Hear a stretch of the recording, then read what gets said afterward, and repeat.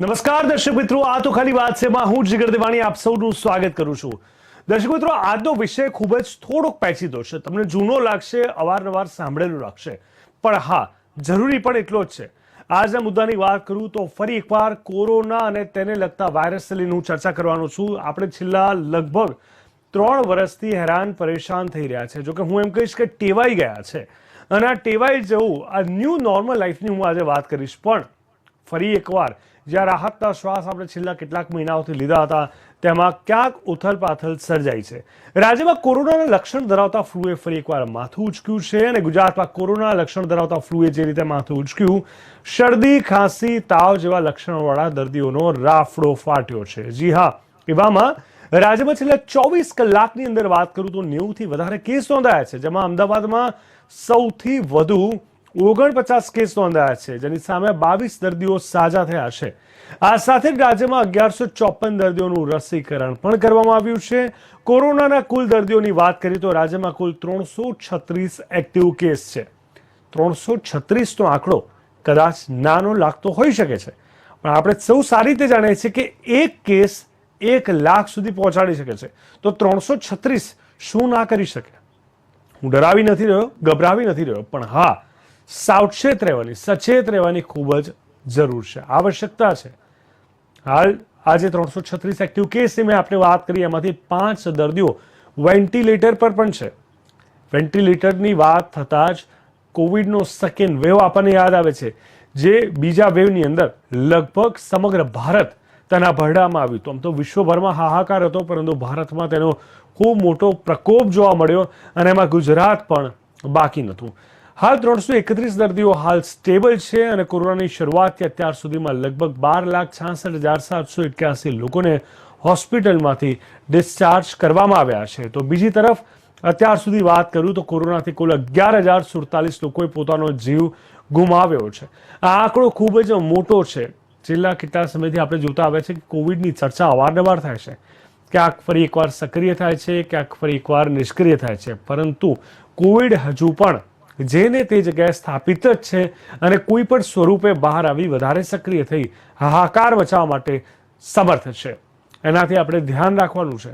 હા, એ વાત અલગ છે કે હવે કોવિડ પહેલાં જેવો એક્ટિવ નથી, અને એના કારણે આપણે લોકો થોડા રિલેક્સ થયા છે, પોતપોતાના તહેવારોમાં, સોશિયલ લાઈફમાં, પોતાના અંગત જીવનમાં અને પ્રોફેશનલ લાઈફમાં પણ હરતા ફરતા દોડતા થયા છે, ત્યારે સ્વાભાવિક કે એટલો આપણે કોન્શિયસ ન રહી શકીએ। પણ જે રીતે કેસીસ વધી રહ્યા છે, જે રીતે આંકડાઓ વધી રહ્યા છે, તે ક્યાંક ને ક્યાંક સૂચવે છે કે હજુ પણ કોવિડ નેસ્તનાબૂદ નથી થયો। એનો સ્પષ્ટ મતલબ છે કે ધ્યાન રાખવાની આવશ્યકતા હજુ પણ છે। વેક્સિનેશનના કારણે ઘણો ફરક પડ્યો છે। જેને 2 વેક્સિન લીધી છે એને ઘણી રાહત છે, પણ એનો મતલબ એ બિલકુલ નથી કે વેક્સિન લીધા બાદ કોવિડ નહીં થાય। કોવિડ થવાની પૂરેપૂરી શક્યતા છે, સંભાવના છે, પણ વેક્સિનેશન થવું ખૂબ જરૂરી હતું, અને એટલા માટે થયું, અને એમાં આપણો ભારત દેશ મોખરે રહ્યો છે। પણ દર્શક મિત્રો, આપ મને જણાવી શકો છો કે આપની આસપાસ શું વાસ્તવમાં તાવ, શરદી, ખાંસીના કેસીસ વધી રહ્યા છે? જો હા, તો કેવી રીતે, કેટલા પ્રમાણમાં? અને આ તમામની વચ્ચે છેલ્લા ઘણા સમયથી આપણે જોઈ રહ્યા છે કે જે રીતે આંકડાઓ વધ્યા, અને આંકડાઓ બાદ જે રીતે ક્યાંક ને ક્યાંક મુશ્કેલીનો સમય આપણે જોયો છે, એનું પુનરાવર્તન ના થાય તેની જવાબદારી આપણે પોતે જ લેવી પડશે। તો ચાલો જોઈએ, જાણીએ અને સમજીએ ગ્રાફિક્સના માધ્યમથી કે કુલ કેટલા પ્રમાણમાં કેસીસ વધ્યા છે અને શું છે હાલની વાસ્તવિક સ્થિતિ। સુરત કોર્પોરેશન વિસ્તારમાં 8મી તારીખે 2 કેસ બાદ ગઈકાલે પણ 6 કેસ નોંધાયા છે, અને આમ સતત કેસો નોંધાતા માન્ય કમિશનરશ્રી દ્વારા ગતરોજ સમીક્ષા મિટિંગ કરવામાં આવી હતી, જેમાં આરોગ્ય વિભાગના તમામ ડેપ્યુટી હેલ્થ ઓફિસર્સ તેમજ સ્મીમેરના સુપ્રિન્ટેન્ડન્ટ અને માઇક્રોબાયોલોજી ડિપાર્ટમેન્ટના એચઓડી પણ ઉપસ્થિત રહ્યા હતા। તેમાં મુખ્યત્વે આગામી દિવસોમાં જો કોવિડના કેસો વધે તો તે સંદર્ભે સુરત કોર્પોરેશન દ્વારા કરવા જો કામગીરી બાબતે માન્ય કમિશનરશ્રી દ્વારા સૂચન કરવામાં આવ્યા હતા, જેમાં મુખ્યત્વે સેન્ટ્રલ વોર રૂમ શરૂ કરવા બાબતે ICCC ખાતે શરૂ કરવા માટેના કમિશનરશ્રીના સૂચન મુજબ આજથી સેન્ટ્રલ વોર રૂમ શરૂ કરવામાં આવ્યો છે, જેમાં તમામ હેલ્થ સેન્ટર ખાતેથી કરવામાં આવતા ટેસ્ટિંગ તેમજ પ્રાઇવેટ લેબોરેટરી અને હોસ્પિટલના ટેસ્ટિંગ અને પેશન્ટની વિગતો મેળવી ઝોન સાથે એનું સંકલન સાધવામાં આવશે. સાથે જ ઝોન દ્વારા પોઝિટિવ કેસ અને હોમ આઇસોલેશનના દર્દીઓ સંદર્ભે કરવામાં આવેલી કામગીરીનો ફીડબેક લઈને તે મુજબનું ડેટા એનાલિસિસ પણ હાથ ધરવામાં આવશે. વાતાવરણમાં બદલો થઈ રહ્યો તેમાં શરદી ખાંસીના કેસ પણ વધી રહ્યા છે. હાલમાં વાયરલ ડિઝીઝ પ્રિવેલિંગ છે, તેને ધ્યાને લઈને સુરત કોર્પોરેશન દ્વારા તમામ હેલ્થ સેન્ટર ખાતે કોવિડ લાઇક સિમ્ટમ્સના તમામ કેસોનું ટેસ્ટિંગ થાય તે મુજબની સુવિધા ઉપલબ્ધ કરવામાં આવી છે. હાલમાં નોંધાઈ રહેલા મોટાભાગના કેસો એવા છે કે જે સુરત કોર્પોરેશનના હેલ્થ સેન્ટરમાં કરવામાં આવેલ ટેસ્ટિંગમાં જ પોઝિટિવ આવ્યા છે. આમ છતાં આપના માધ્યમ થકી હું તમામ શહેરીજનોને અપીલ કરું છું કે જો આપને ખાંસી શરદી તાવ હોય, કોવિડ લાઇક સિમ્ટમ્સ હોય તો અવશ્ય ટેસ્ટ કરાવી લો. જો પોઝિટિવ જણાય તો આઇસોલેટ થઈ જઈએ. પોતાના કોન્ટેક્ટમાં આવેલા તમામ વ્યક્તિઓને પણ આપણે એની જાણ કરી તેમનું પણ ટેસ્ટિંગ કરાવી સુરક્ષિત થઈએ. ખાસ કરીને સાવધાની વર્તવી ખૂબ જ જરૂરી છે. તો આપના માધ્યમ થકી શહેરીજનોને મારી નમ્ર અપીલ છે.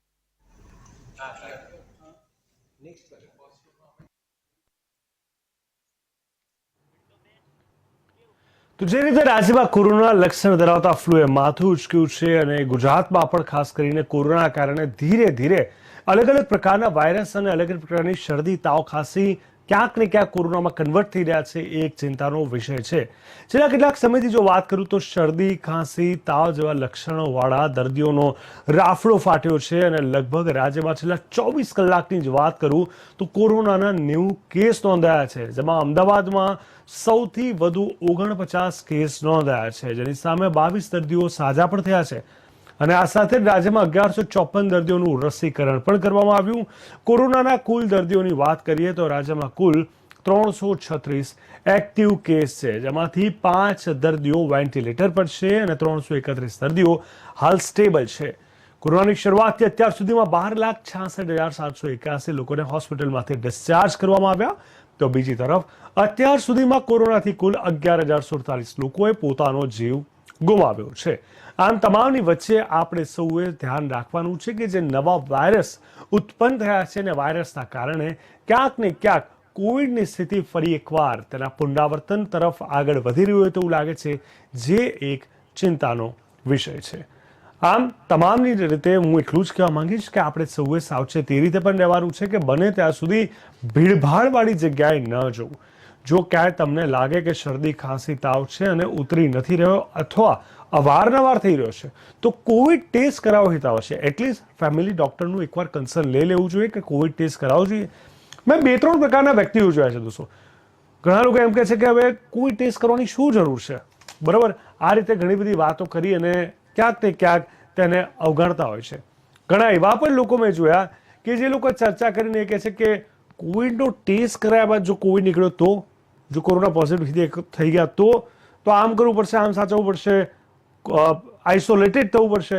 આવા સવાલોના કારણે પણ એ લોકો ક્યાંક મથામણમાં નથી ટેસ્ટ કરતા કે વળી પોઝિટિવ થઈ ગયા તો ભાઈ એ તો સમજવાનું છે કે પોઝિટિવ થઈ ગયા તો નહીં, પોઝિટિવ છો જો તમારો ટેસ્ટ આવ્યો તો. એટલે આ પ્રકારના ડરથી દૂર રહી સાવચેત રહેવાની આવશ્યકતા તો આપણે રાખવી જ પડશે.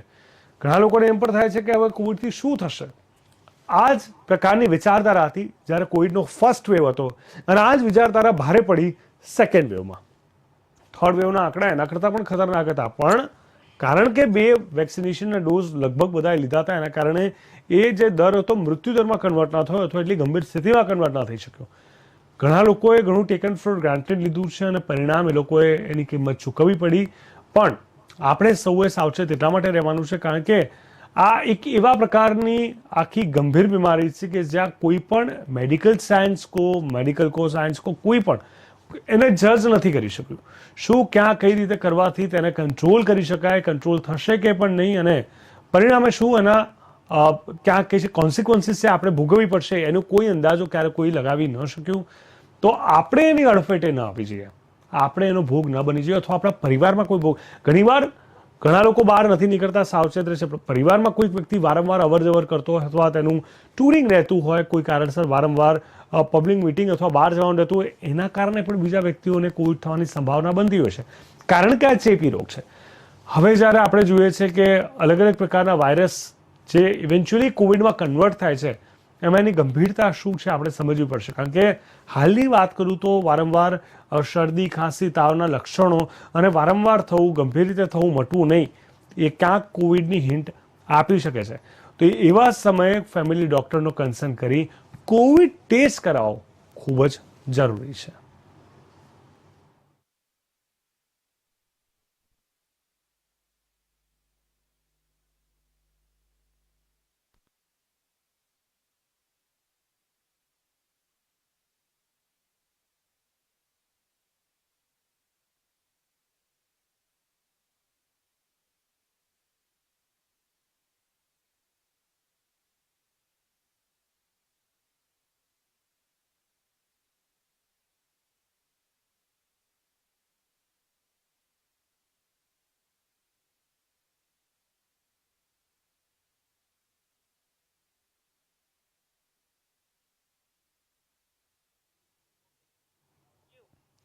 તો H3N2 સાથે કોરોનાનો ભરડો ઇન્ફ્લુએન્ઝા H3N2 દેશમાં અત્યાર સુધીમાં તેના કારણે 9 લોકોના મોત થયા છે. ચોક્કસથી આ ખૂબ જ ગંભીર વાત છે. H3N2 ની વાત કરું તો મહારાષ્ટ્રમાં સૌથી વધુ 58 કેસ સામે આવ્યા છે. એક સાથે 58 કેસ. મુંબઈમાં 24 કલાકની અંદર 4 નવા દર્દી મળી આવ્યા. હું H3N2 સાથે કોરોના ભરડાની વાત કરી રહ્યો છું. ઇન્ફ્લુએન્ઝાના 79% સેમ્પલમાંથી મળ્યો છે H3N2 વાયરસ. જી હા, જે પ્રકારે આ કેસ વધી રહ્યા છે, અલગ અલગ પ્રકારે સામે આવી રહ્યા છે, જે ખૂબ જ ગંભીરતા સૂચવી રહ્યા છે. અને આ ગંભીરતાની વચ્ચે આપણે સૌએ જાણવું સમજવું ખૂબ જરૂરી છે કે કેવી રીતે રાજ્યમાં કોરોના લક્ષણ ધરાવતા ફ્લૂએ માથું ઉંચક્યું છે. કારણ કે આ એક એવા પ્રકારનો વાયરસ છે જેને જજ કરવો અઘરો છે, જેને કંટ્રોલ કરવો અઘરો છે, જેમાં કોઈને કોઈ રીતે આપણે જો નિમિત્ત બની ગયા તો ન માત્ર આપણે, આપણી આસપાસ રહેલા અથવા આપણા ક્લાયન્ટ્સ, કલીગ અથવા આપણા પરિવારવાળા, આપણા ઘરના વૃદ્ધ અથવા બાળકો જે પણ ગંભીર સ્થિતિમાં મુકાઈ શકે છે. એટલે ત્યાં સાવચેતી ખૂબ જ આવશ્યક છે. જો એ સાવચેતી ન રાખવામાં આવી તો પરિણામ કોઈ પણ રીતે ભોગવવું પડશે. હું એટલા માટે ઘસીને એકની એક વાત રિપીટ કરી રહ્યો છું, કારણ કે આ જ પ્રકારના કેસીસ આપણે ભૂતકાળમાં ખૂબ જ લાઇટલી લઈ ચૂક્યા છે અને એનું ખૂબ મોટું પરિણામ આપણે ભોગવી પણ ચૂક્યા છે. ત્યારે રાજ્યમાં કોરોના લક્ષણ ધરાવતા ફ્લૂએ જ્યારે માથું ઉંચક્યું છે ત્યારે તેને કંટ્રોલમાં કરવું, તેને ધ્યાનમાં રાખવું ખૂબ જ આવશ્યક છે.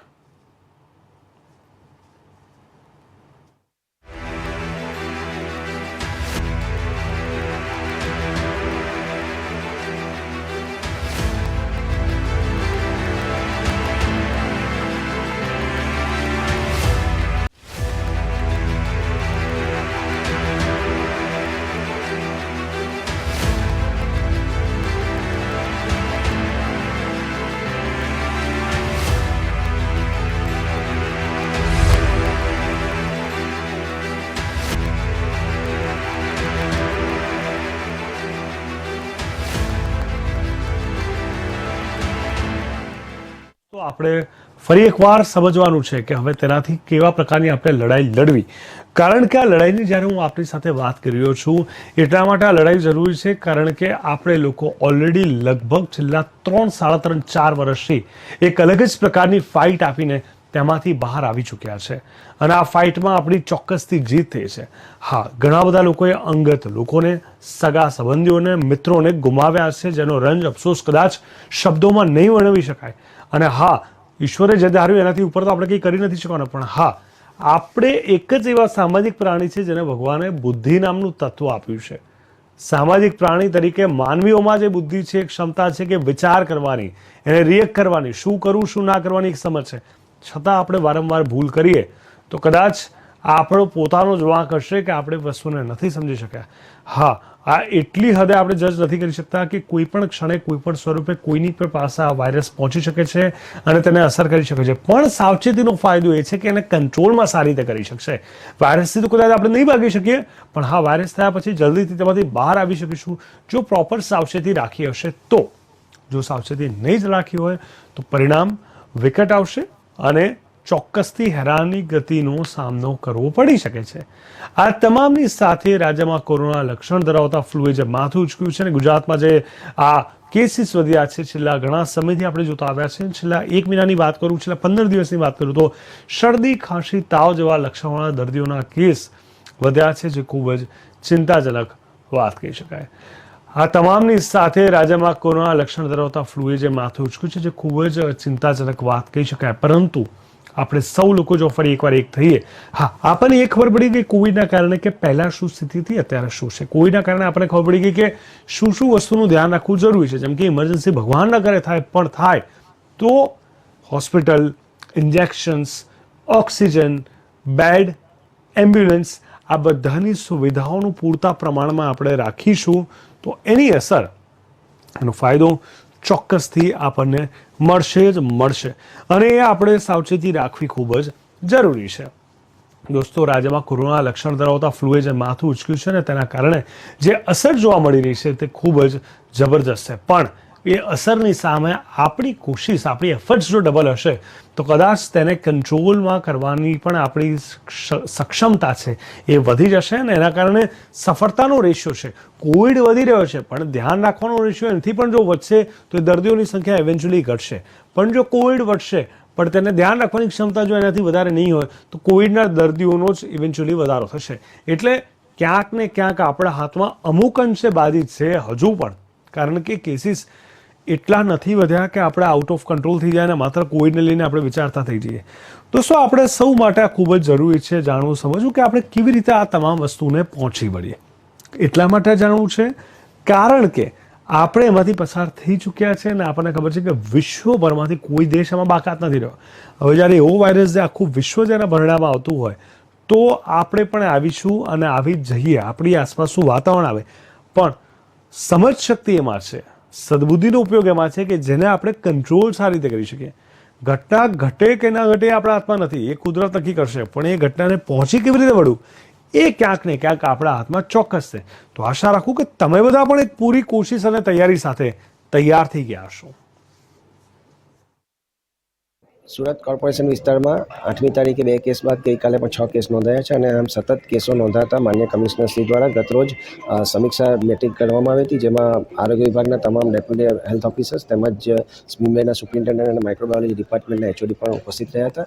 તેમાં મુખ્યત્વે આગામી દિવસોમાં જો કોવિડના કેસો વધે તો તે સંદર્ભે સુરત કોર્પોરેશન દ્વારા કરવા જો કામગીરી બાબતે માન્ય કમિશનરશ્રી દ્વારા સૂચન કરવામાં આવ્યા હતા, જેમાં મુખ્યત્વે સેન્ટ્રલ વોર રૂમ શરૂ કરવા બાબતે ICCC ખાતે શરૂ કરવા માટેના કમિશનરશ્રીના સૂચન મુજબ આજથી સેન્ટ્રલ વોર રૂમ શરૂ કરવામાં આવ્યો છે, જેમાં તમામ હેલ્થ સેન્ટર ખાતેથી કરવામાં આવતા ટેસ્ટિંગ તેમજ પ્રાઇવેટ લેબોરેટરી અને હોસ્પિટલના ટેસ્ટિંગ અને પેશન્ટની વિગતો મેળવી ઝોન સાથે એનું સંકલન સાધવામાં આવશે. સાથે જ ઝોન દ્વારા પોઝિટિવ કેસ અને હોમ આઇસોલેશનના દર્દીઓ સંદર્ભે કરવામાં આવેલી કામગીરીનો ફીડબેક લઈને તે મુજબનું ડેટા એનાલિસિસ પણ હાથ ધરવામાં આવશે. હમણાં વાતાવરણમાં બદલો થઈ રહ્યો તેમાં શરદી ખાંસીના કેસ પણ વધી રહ્યા છે. હાલમાં વાયરલ ડિઝીઝ પ્રિવેલિંગ છે, તેને ધ્યાને લઈને સુરત કોર્પોરેશન દ્વારા તમામ હેલ્થ સેન્ટર ખાતે કોવિડ લાઇક સિમ્ટમ્સના તમામ કેસોનું ટેસ્ટિંગ થાય તે મુજબની સુવિધા ઉપલબ્ધ કરવામાં આવી છે.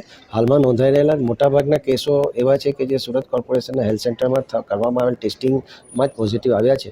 આમ છતાં આપના માધ્યમ થકી હું તમામ શહેરીજનોને અપીલ કરું છું કે જો આપને ખાંસી, શરદી, તાવ હોય, કોવિડ લાઇક સિમ્ટમ્સ હોય તો અવશ્ય ટેસ્ટ કરાવી લો. જો પોઝિટિવ જણાય તો આઇસોલેટ થઈ જઈએ. પોતાના કોન્ટેક્ટમાં આવેલા તમામ વ્યક્તિઓને પણ આપણે એની જાણ કરી તેમનું પણ ટેસ્ટિંગ કરાવી સુરક્ષિત થઈએ. ખાસ કરીને સાવધાની વર્તવી ખૂબ જ જરૂરી છે.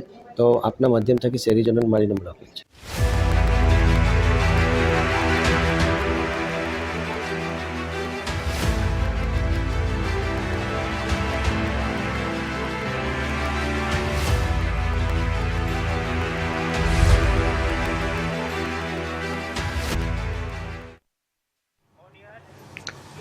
તો ચોક્કસથી કોવિડને લઈને આપણે ચર્ચા કરી, સમજ્યું અને ઘણી બધી રીતે જોયું, જાણ્યું અને વિચાર્યું કે કેવી રીતે આપણે હવે સાવચેત રહેવાનું છે. દોસ્તો, આ એક એવા પ્રકારની વિકટ સ્થિતિમાંથી આપણે પસાર થયા છે જેમાં વાસ્તવમાં આપણે કહી શકાય કે ઈશ્વરે આપણી મદદ કરી છે.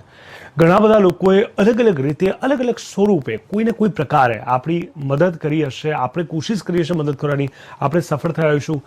કોવિડથી તમે જો સમજો તો એ કોવિડે આપણને ઘણું બધું શીખવાડ્યું પણ છે. જી હા, તમે જોયું હશે કે જૈન સાધુ મહારાજ વર્ષોથી આપણે જોતા આવ્યા છે કે હંમેશા જ્યારે પગપાળા નીકળે છે ત્યારે મહારાજ સાહેબ હંમેશા મોઢામાં માસ્ક રાખતા હોય છે.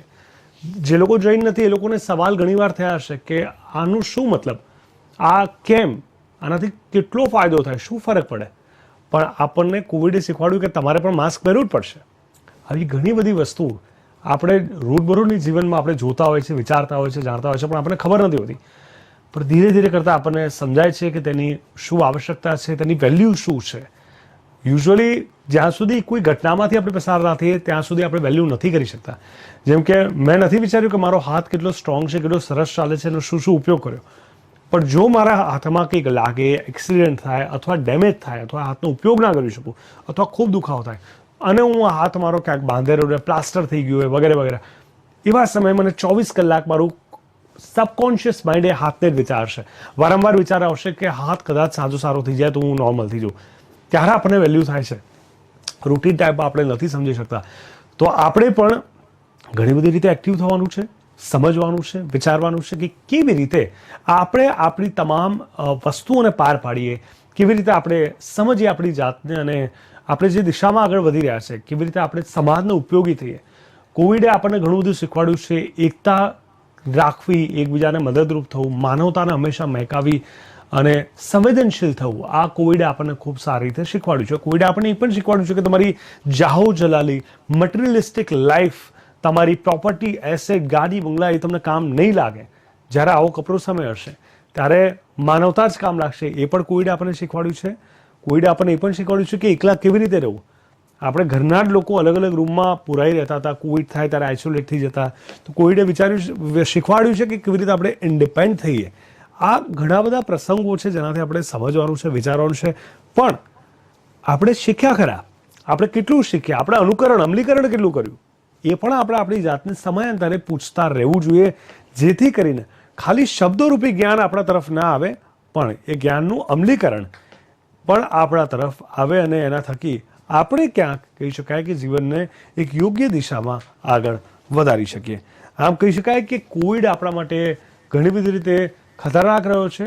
એટલી જ સારી રીતે કોવિડે આપણને ઘણું બધું શીખવાડ્યું પણ છે, સમજાવ્યું પણ છે અને આપણને વિચારતા પણ કર્યા છે. પણ હાલની વાત કરું તો રાજ્યમાં જે રીતે કોરોનાના લક્ષણ ધરાવતા ફ્લૂએ જે રીતે માથું ઉચક્યું છે અને ગુજરાતમાં કોરોનાના લક્ષણ ધરાવતા ફ્લૂએ જે માથું ઉચકીને કેટલાક સમયથી જે રીતે શરદી, ખાંસી, તાવના લક્ષણોવાળા દર્દીઓને જે રાફડો ફાટ્યો છે, છેલ્લા 24 કલાકની જો આપણે વાત કરું તો કોરોનાના ગુજરાતમાં 90થી વધારે કેસ નોંધાયા છે, જેમાં અમદાવાદમાં સૌથી વધુ 49 કેસ નોંધાયા છે, જેની સામે 22 દર્દીઓ સાજા પણ થયા છે. સાથે જ રાજ્યમાં 1154 દર્દીઓનું રસીકરણ પણ કરવામાં આવ્યું અને કુલ દર્દીઓની વાત કરીએ તો કુલ 336 એક્ટિવ કેસ પણ જોવા મળ્યા છે, જેમાંથી 5 દર્દીઓ વેન્ટિલેટર પર છે, 331 દર્દીઓ હાલ સ્ટેબલ છે. કોરોનાની શરૂઆતથી અત્યાર સુધીમાં 12,66,781 લોકોને હોસ્પિટલમાંથી ડિસ્ચાર્જ કરવામાં આવ્યા છે અને બીજી તરફ અત્યાર સુધીની જો વાત કરું તો 11,047